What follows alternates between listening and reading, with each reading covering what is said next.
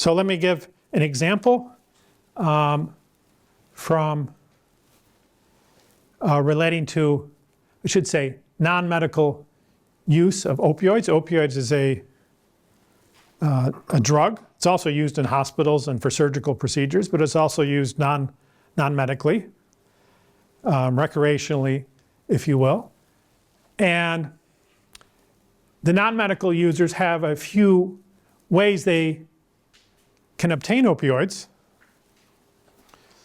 One is that they can get a prescription, and prescriptions have a price per bottle or per pill, per gram, however you want to measure that.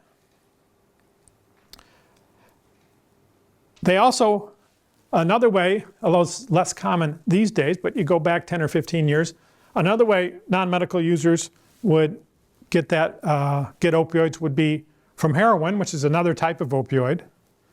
Illegal. You're not supposed to be able to go to the Walgreens and buy heroin. And at times, and certainly the way I've drawn it here, heroin is cheaper at the margin.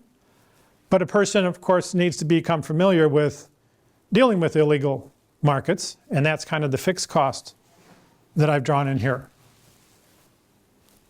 There's some, we could call it human capital if you want, but there's some cost to them to access the lower price. But once they've incurred that cost, then they can have a lower marginal price for obtaining opioids.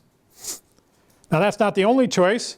Another possibility, another opioid known as fentanyl is more, if you read about it in the newspaper or see it on TV, they say it's more potent. That's the reciprocal of saying it's cheaper. It's much cheaper. It has not been available in the United States until about 8 or 10 years ago for non-medical use. It's something they had in hospitals for a long time, but it's in illegal markets. It's a rather new thing. And when that appeared, then people got, in those markets, they had, you might say, a third option.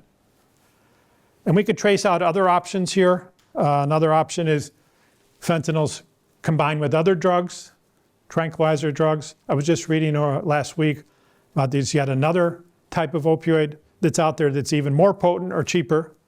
But you can see the idea here. There's these different choices. Some of them involve bigger fixed costs than others.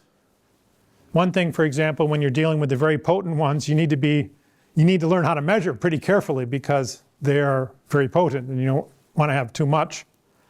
So there's a variety of costs. And what we're doing today, we're not considering all these line segments. We're not considering a discrete, this would be 4 discrete options.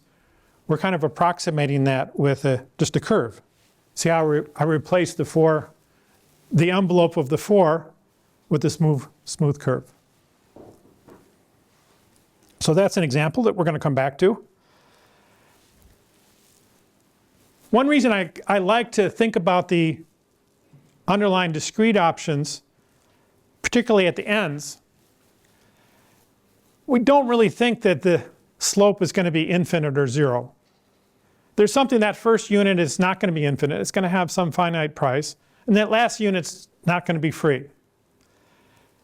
And so we can look at that. There's going to be a number here for this slope, not 0. A number over there for that slope, not infinite.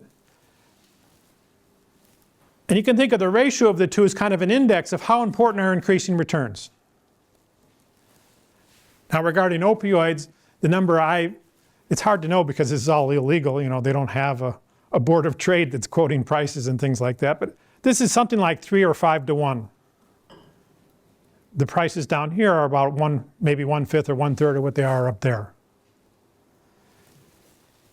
And other applications in human capital, you can think about, well, if I had a lot of diplomas, how much would I earn?